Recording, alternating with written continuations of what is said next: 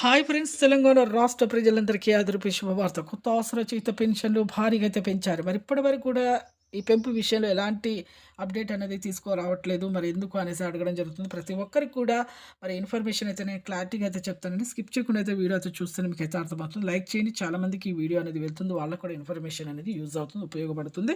ఇక లేట్ చేయకుండా అయితే వీడియోలకైతే వెళ్ళిపోదాం. పాత వారికి, కొత్త వారికి, వృద్ధులకి, వితంతువులకి, ఒంటరి మహిళలకు 4,000, వికలాంగులకు 6,000, హెచ్ఐ, బీడీ, చేనేత, మగ్గం కార్మికులకు 4,000, అలాగే డయాలసిస్ వారికి కూడా 4,000 అండి. ఈకేవైసీ, ఎంపీసీఐ లింక్ అయితే చేసుకోవాలి. Phone number, Aadhaar card link చేసుకోవాలి. ఆధార్ కార్డ్, ఫోన్ నంబర్, మళ్ళీ మీ బ్యాంక్ అకౌంట్ లింక్ చేసుకోవాలి.